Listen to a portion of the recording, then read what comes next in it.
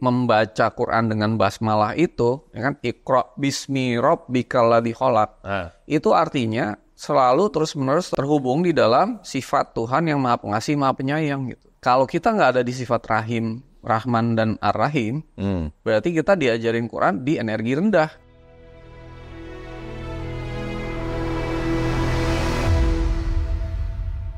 Assalamualaikum, selamat datang di Ngaji Bareng. Dari lisan menuju kepada kesadaran. Kita ngaji bareng lagi sama Mas Oni.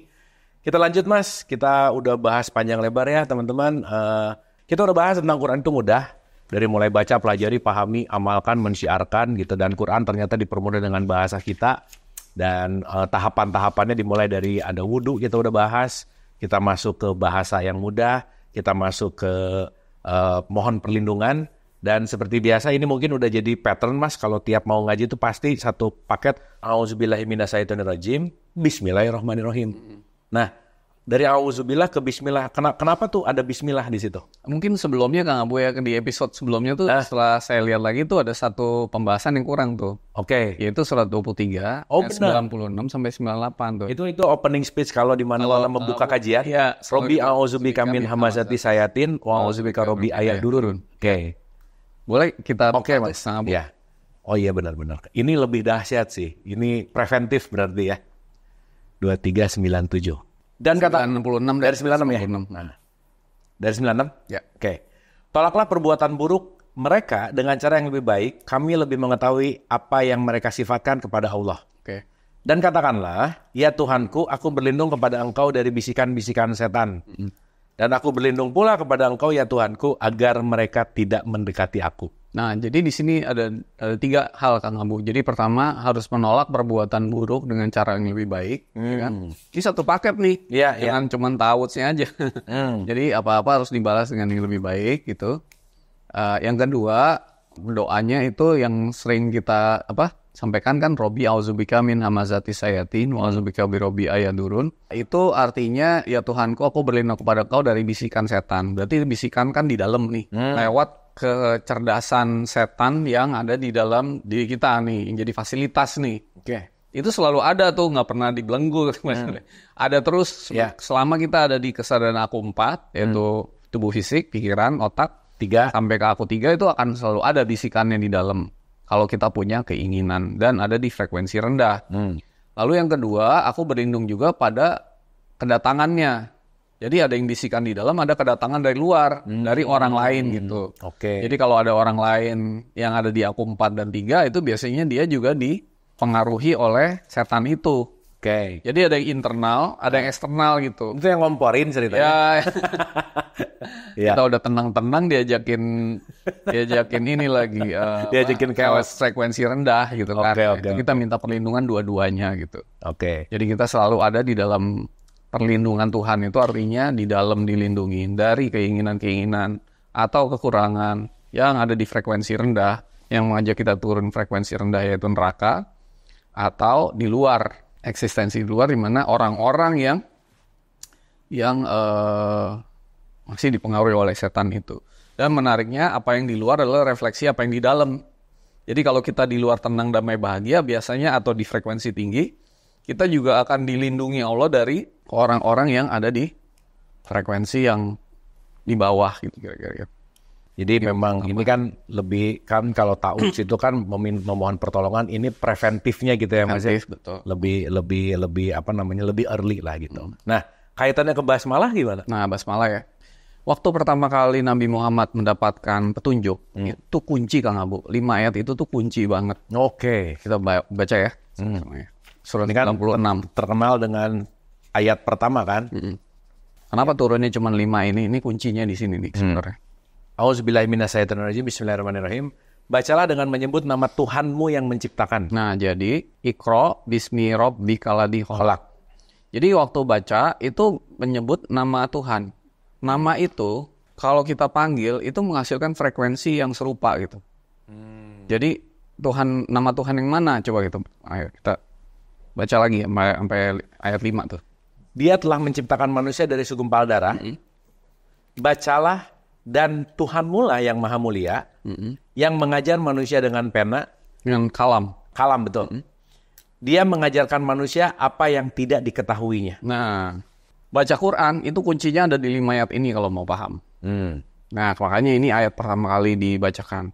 Bacalah dengan menyebut nama Tuhanmu yang menciptakan. Iqra bismi rabbikal ladzi khalaq. Khalaqal insana min alaq. Yang menciptakan kamu sebenarnya bukan segumpal darah nih Kang Abu. Alaq itu, ini kita mau lebih diving dalam kan, nggak cuma sekedar di permukaan.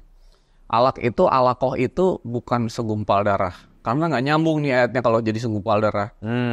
Dari mulai menciptakan segumpal darah, baca, kalam, tidak diketahui. Itu kan nggak nyambung. Apa hubungannya gitu. Nah, alaqoh itu artinya kehendak. Kehendak untuk selalu. Nah, alaqoh itu kan cerita gini ya. Saya ceritain pakai gambar ya. Alaq itu di sini, alaq itu diterjemahkan sebagai segumpal darah. Padahal hakikatnya alaq itu nggak cerita tentang segumpal darah, tapi lebih dalam lagi hakikatnya. Jadi ini misalnya adalah pertama kali ya proses penciptaan ya, pembuahan ya. Di sini ada masuk sperma ya kan. Di sini ada sel telur yaitu ovum kan. Lalu dia bercampur kan. Nah, sperma ini Kang Abu itu terpilih dari miliaran sperma kan. Akhirnya cuma satu kan yang masuk di sini. Satu di sini gitu. Lalu dia bercampur.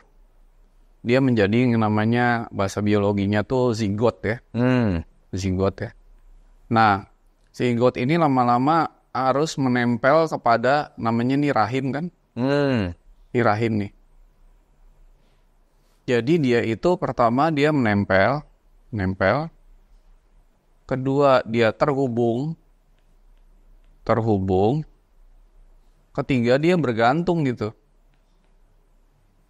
Nah, jadi si alaqoh ini itu sesuatu yang selalu terus-menerus menempel, terhubung dan bergantung pada rahim gitu. Ini perumpamaan nih gitu. Kalau dibuka nanti suratnya prosesnya itu ada di surat 22 ayat 5 dan surat 23 ayat 12 sampai 16. Mulai dari air mani, kemudian bercampur, terus kemudian menjadi segumpal darah, segumpal daging, dan bentuk yang lain.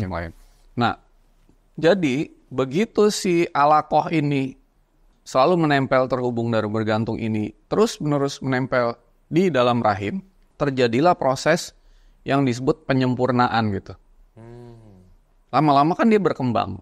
Tapi sebenarnya ketika si alaqoh ini menempel di dinding rahim dan berkembang menjadi bentuk yang lebih sempurna, dia itu nggak ngapa-ngapain gitu. Dia tuh benar-benar terhubungnya. Ini kan terhubung, ini kan hakikatnya namanya sholat kan. Sholat tapi nggak ngapa-ngapain gitu. Terhubung di titik wusta di dalam kasih sayang Tuhan gitu. Nah, itu yang disebut sebagai bacalah dengan nama Tuhanmu yang maha pemurah. Itu artinya terus-menerus terhubung, menempel, dan bergantung gitu. Jadi baca Quran itu, kalau di surat 29 ayat 45, itu harus baca Quran dan dirikanlah sholat. Artinya si alaq, karena ini alaqoh, alaq ya. Menciptakan dari alaq. Alaq itu artinya kehendak. Kehendak Tuhanlah kita ini yang mempelajari Quran ini untuk selalu terus-menerus menempel, terhubung, bergantung pada kasih sayang Tuhan gitu. Supaya apa? Supaya seperti halnya penciptaan ini terjadi proses penyempurnaan jadi bayi gitu. Proses penyempurnaan ini namanya zakat gitu, bertumbuh gitu. Ya. Jadi penyempurnaan apa dan pertumbuhan apa? Kesadaran gitu. Pengetahuan gitu, petunjuk gitu. Jadi harus terus-menerus menjadi alaqoh, yaitu kehendak Tuhan menempel terus di sini. Di dalam rahim, ya, sehingga kita bisa terus-menerus terjadi proses pertumbuhan kesadaran sampai sempurna gitu. Nah, sempurna itu kalau di dalam surat 46:15 dan surat 2 Al-Baqarah ayat 233, di usia bayi itu 3 bulan kandungan. Nah, karena di surat 2 Al-Baqarah ayat 233 itu menyapih itu 24 bulan. 24 bulan. Ya kan? Lalu di surat 46 ayat 15, mengandung dan menyapih 30 bulan. Berarti mengandung berapa bulan? 6. Nah, padahal kan mengandung 9 bulan kan? Ya. Kenapa? Karena yang Allah anggap mengandung itu setelah alaqah atau sesuatu yang menempel terhubung bergantung ini menjadi bayi yang, saya suka nggak bisa gambar ya, ini kira-kira bayi kayak gini lah ya. Jadi sempurna, kemudian ditiupkan ruh gitu. Ditiupkan roh. Pada usia 3 bulan 10 hari. Artinya apa? Ketika ini kemudian sempurna prosesnya, itu Allah akan meniupkan ruh gitu ke dalam dirinya. Oke. Jadi kunci belajar Quran adalah terus-menerus setiap saat menjadi alaqah, kehendak Tuhan yang terus-menerus menempel, terhubung, bergantung kepada sifat Tuhan yang rahim gitu. Makanya dia membaca basmalah tuh nggak cuma sekedar baca, tapi terhubung kepada Tuhan yang Maha Rahim dan selalu ada di dalam perlindungannya nih, sifat rahim ini gitu. Nah, sehingga terjadi proses penyempurnaan. Makanya wa nafsi wa ma sawwaha falhamaha fujuraha wa taqwaha. Dan jiwa dengan penyempurnaannya. Allah mengilhamkan ketunjuk kepada jiwa. Beruntunglah orang yang selalu zakat, menumbuhkan kesadarannya. I see. Syaratnya zakat untuk terus-menerus ditumbuhkan kesadaran. Ketika baca Quran harus sholat. Harus alaqah gitu. Terhubung setiap saat gitu. Baru terjadi nih proses pembelajarannya. Baru terjadi yang namanya apa yang ada di Quran ini. Bacalah dengan nama Tuhan yang menciptakan. Dia mau menciptakan kamu dari alaqah dengan satu kehendak untuk terus-menerus menempel, terhubung, dan bergantung di rahim, terhubung, yang mengajarkan kamu dengan perantaraan kalam. Jadi kalau kita bisa terhubung terus-menerus di frekuensi rahim kasih sayang ini, kita tuh diajarin Tuhan gitu. Dan mengajarkan apa-apa yang kamu nggak tahu sebelumnya gitu. Ini kan ayat kunci banget. Tuh. Nah, kenapa mungkin ini yang dijadiin ayat awal tuh ini. Itu maksudnya kali ya? Nah, kalau kita bicara alaqah segumpal darah nggak nyambung nih. Kalau nggak ngerti hakikatnya ini. Nah, lalu si bayi itu yang sudah ditiupkan roh, ya kan? Itu di surat 32 ayat 9 kan? Ditiupkan setelah disempurnakan. Sempurna, ditiupkan roh kan? Dia kan jadi 9 bulan. Ya. Keluar kan? Lahir. Ya. Lahir pertama nih. Lahir pertama, dia itu menjadi bayi, menjadi manusia gitu. Jadi manusia. Dan si manusia ini nih, kan di sini ada aku. Berarti dia punya aku 4, yaitu tubuh fisik. Punya aku 3, yaitu jiwa. Punya aku 3 yaitu jiwa, aku 2 dan aku 1 gitu ya. Kita juga terus-menerus proses yang ada di rahim ini berjalan terus gitu. Jadi si alaqah ini, si orang ini harusnya terus-menerus menempel, terhubung, bergantung gitu. Makanya kata Nabi Isa, aku diperintahkan Allah untuk mendirikan sholat dan zakat seumur hidupku. Jadi lepas dari rahim terus gitu kan? Ya, supaya kita bisa belajar gitu. Nah, sehingga kita bisa diajarin apa-apa yang Tuhan, yang kita nggak, alam insana malam ya'lam. Aku akan mengajarkan apa-apa yang kamu nggak tahu lewat kalam. Kalam kalau terhubung gitu. Ini namanya meditasi gitu. Sholat gitu. Nah, ketika ini kemudian terus-menerus terhubung seperti halnya kita waktu di rahim, terjadi penyempurnaan nggak? Di dalam? Di luar, jadi manusia makin lama makin sempurna kesadarannya nggak? Nah, tumbuh kan?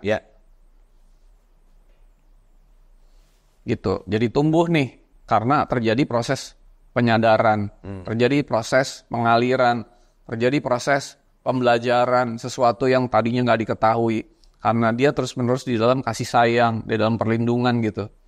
Lama-lama dia tumbuh terus kan kesadarannya kan. Nah, ketika tumbuh terus, ini kan di aku 3 nih.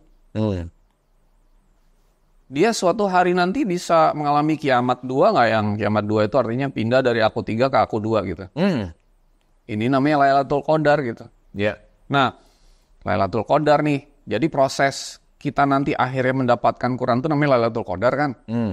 Ketika ininya benar-benar terhubung terus-menerus dengan berbuat baik, pokoknya selalu di dalam keadaan kasih sayang, ini energi tinggi kan. Nah, ketika dia sudah sampai di sini, artinya sudah sempurna, seperti halnya bayi yang tadi 3 bulan itu ditiupkan roh. Ini nanti ditiupin roh lagi nih sama Tuhan nih. Seperti di surat 97 ayat 1 sampai habis surat Al-Qadar. Jadi Waruhu fiha itu. Waruhu fiha, ditiupin roh yang lain. Yaitu Ruhul Kudus gitu. Yang membuat dia tercerahkan gitu. Gitu. Sama kan 2 kali kan ini. Di sini terjadi proses penyempurnaan di rahim, ditiupkan roh. Di sini terjadi proses penyempurnaan, ditiupin roh lagi dari sumber energi gitu. Dari Tuhan. Nah, di sini ini namanya lahir kedua kali gitu. Jadi kita itu sebenarnya harus ngalamin kelahiran 2 kali di dalam hidup. Bukan berarti reinkarnasi itu cuma 2 kali, bukan. Kelahiran ini gitu ya. Cuman ada missing link dulu Mas. Tadi berarti ruh yang pertama sama ruh yang kedua bedanya gimana ya? Beda, kalau ini kan roh terdiri dari jiwa dan roh kita. Ini kan dari inkarnasi kan. Dari roh dan jiwa kita. Kalau ini Ruhul Kudus tuh bukan dari kita, ini ruh yang diperkuat. Roh kita kayak bisa itu kan diperkuat dengan Ruhul Kudus gitu. Dikirim lagi Ruhul Kudus, yaitu kesadaran yang kudus. Kudus itu artinya apa sih? Suci. Suci dari apa? Suci dari semua pikiran, perasaan, persepsi, memori yang ada di sini gitu. Benar-benar murni ini dari Tuhan. Inilah Lailatul Qadar gitu. Jadi ini pencerahan gitu. Nah, jadi kalau di Quran dibilang hidup 2 kali, lahir 2 kali, itu bukan berarti reinkarnasi itu nggak ada gitu. Itu nggak ceritain itu. Itu nyeritain lahir secara air, yaitu ini air mani yang bercampur, yang akhirnya jadi manusia, dan lahir secara roh gitu. 2 kali. Inilah total enlightenment disebut. Gitu. Asal syaratnya alaqoh. Nih, sholat dan zakat gitu. Nah, kita buka yuk ayatnya, surat 2 ayat 28. Kayaknya si progressing yang kedua harus agak didalemin ya Mas. Nanti kita dalemin ya. Soalnya gini, kalau yang satu tuh kan udah common lah ya. Cuman maksudnya begitu Rohul Kudus tuh gimana tuh prosesnya tiba-tiba dikuatin lagi? Apakah buat semua orang kah? Indikatornya apa? Terus tiba-tiba naik dari 1 ke 2 di kelahiran yang kedua ini kayaknya harus agak di deep dive deh. 2 ayat 28 ya. Bagaimana kamu ingkar kepada Allah padahal kamu tadinya mati? Nih kan mati kan? Mati apanya nih? Fisik nih. Fisik. Terus? Lalu dia menghidupkan kamu. Nah kan hidup nih, lahir nih. Ini lahir fisik? Ya lahir fisik sebagai air. Sebagai air mani yang bercampur itu kan. Kemudian dia mematikan kamu. Mati lagi apa yang mati? Mati syahid kan? Kita udah bahas di 3 fakir ya. Jadi si aku 3-nya mati. Lahir lagi kan? Nah terus lahir lagi. Jadi ini yang satu itu yang 4, aku 4 nih. Nah ulang lagi ayatnya yuk. Ini yang gak dalam nih. Bagaimana kamu ingkar kepada Allah padahal kamu tadinya mati? Mati kan? Kan mati nih. Terus kan ditiupkan roh. Ini kan. Jadi hidup nggak? Hidup. Bayi itu jadi bernapas kan? Bisa hidup dong sampai akhirnya keluar lahir. Terus tapi kan dia lahir dengan aku 3-nya. Hidup dengan pikiran, perasaan, persepsi. Bareng ya. Kan? Lalu dia mengalami proses yang namanya alaqoh, yaitu selalu terhubung, yaitu menempel, terhubung, dan bergantung pada rahim kasih sayang. Sifat kasih sayang ini kan. Ketika keluar kan udah keluar dari rahim kan. Berarti dengan sifat kasih sayang ada di frekuensi tinggi terus. Dia terus-menerus mengalami sholat dan zakat kan. Bertumbuh nggak kesadarannya? Tumbuh. Lama-lama dia sadar nggak bahwa dia harus pindah ke aku 2? Harus dimatiin nggak nih aku 3-nya? Ini namanya mati syahid gitu. Mati syahid itu bukan mati fisiknya, tapi mati untuk kemudian menyaksikan Allah yang bekerja atas dirinya. Dia nggak ngelakuin lagi. Matinya aku jadi 3 mati, menuju kan? Aku 2 lah ya? Ini kan mati kan? Mati. Terus apa? Habis mati apa? Dia menghidupkan kamu, kemudian dia mematikan kamu, lalu menghidupkan kamu kembali. Dihidupin lagi kan ini? Itu pas sudah diperkuat sama Rohul Kudus maksudnya? Iya, coba buka tuh surat 6, 122 tuh.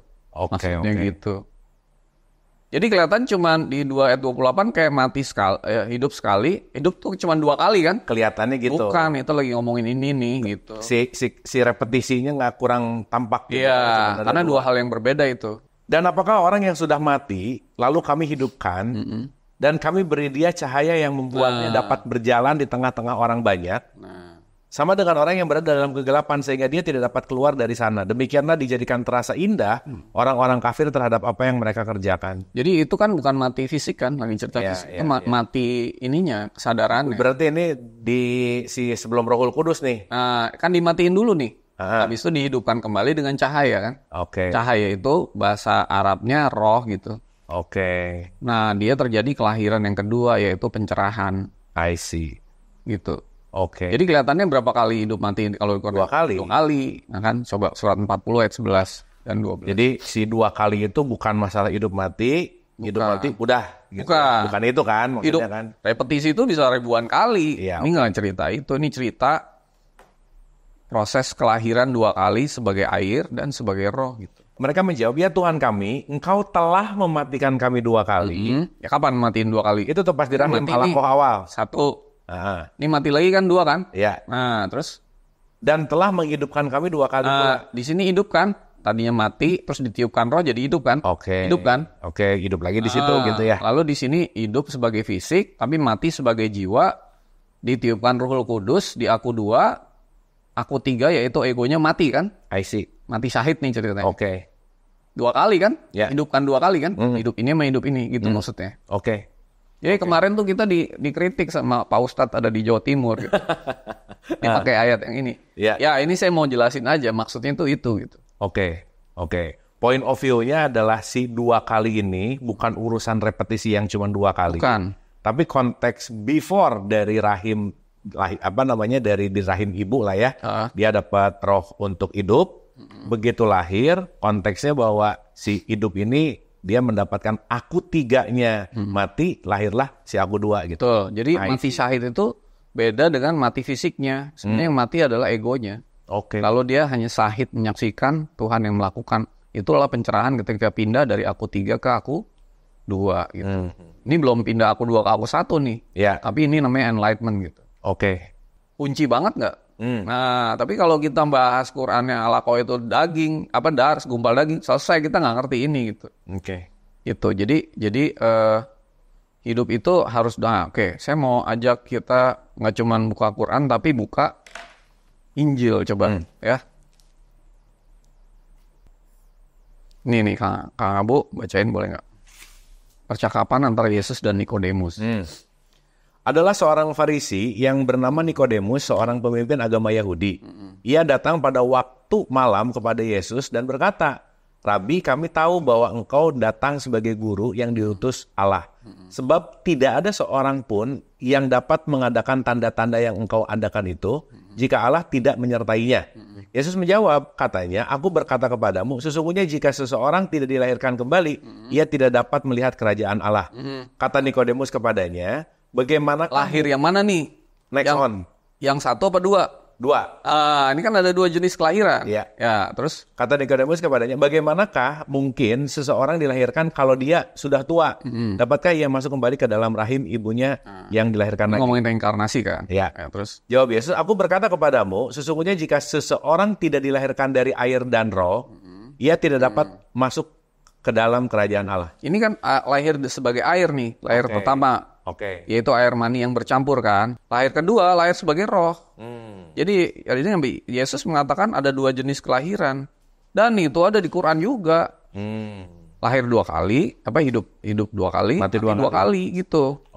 Tapi lagi ngomong esensi bahwa reinkarnasi terjadi gitu. Proses dari orang menuju kepada kelahiran kedua ini nggak cuma bisa 1 kali hidup, Kang Abu, nggak mungkin. Ini berkali-kali nih. Tapi akhirnya dia sampai ke kelahiran yang kedua ini. Lahir sebagai roh. Ditiupkan roh. Bi'idni robbihim min kulli amrin. Apa namanya? Mau kita baca tuh ayatnya tuh 97 tuh. Tanazzalul malaikatu warruhu fiha, ya kan? Bi'idni rabbihim min kulli amr. Jadi di surat 97 ayat 4 dikirimkan roh gitu. Jika sudah mengalami Lailatul Qadar gitu. Yaitu enlightenment. Nah, ini nih sebenarnya yang dihasilkan ketika seseorang membaca Quran yang ada 3 itu yang di dalam dirinya, di kitab dan di keberadaan 41 ayat 53. Ketika dia terus-menerus terhubung dengan kasih sayang Tuhan atau selalu terus-menerus di dalam rahim dan selalu mengalami zakat, yaitu pertumbuhan kesadaran, satu saat nanti dia akan mengalami kelahiran yang ini gitu. Yaitu peristiwa yang terjadi di alaqah itu terjadi juga di jiwa dan rohnya. Oke. Jadi mungkin kalau kita garis bawahi, kayaknya Quran itu juga membaca itu juga sama dengan kayak spiritual rebirth gitu ya. Lahir kembali itu maksudnya di yang kedua itu gitu. Betul. Yang di roh itu kan ada air ada roh gitu. Oke. Jadi membaca Quran dengan basmalah itu, ya kan, Iqra bismi rabbikal ladzi khalaq. Itu artinya selalu terus-menerus terhubung di dalam nama Tuhan yang Maha Bismillahirrahmanirrahim. Gitu. Kayak baca Quran bukanya Bismillahirrahmanirrahim. Terus menerus terhubung di dalam sifat Tuhan yang Maha Pengasih, Maha Penyayang gitu. Oke. Jadi istilahnya udah bangun nih proses yang air beres.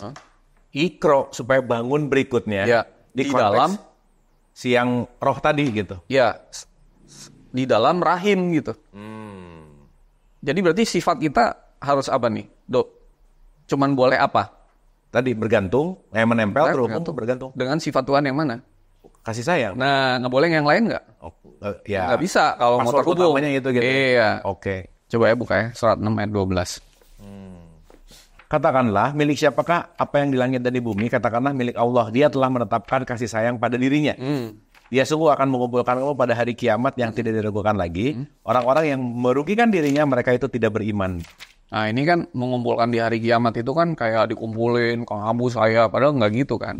Kita udah bahas di 3 fakir bahwa Allah menetapkan atas dirinya kasih sayang. Jadi sifat Allah yang membimbing tadi, yang di surat 96 ayat 1-5, yang selalu mengajarkan kamu dengan perantaraan Al-Qalam atau perkataannya, dan mengajarkan kamu apa yang tidak kamu ketahui, itu harus selalu berada di dalam sifatnya yang kasih sayang gitu.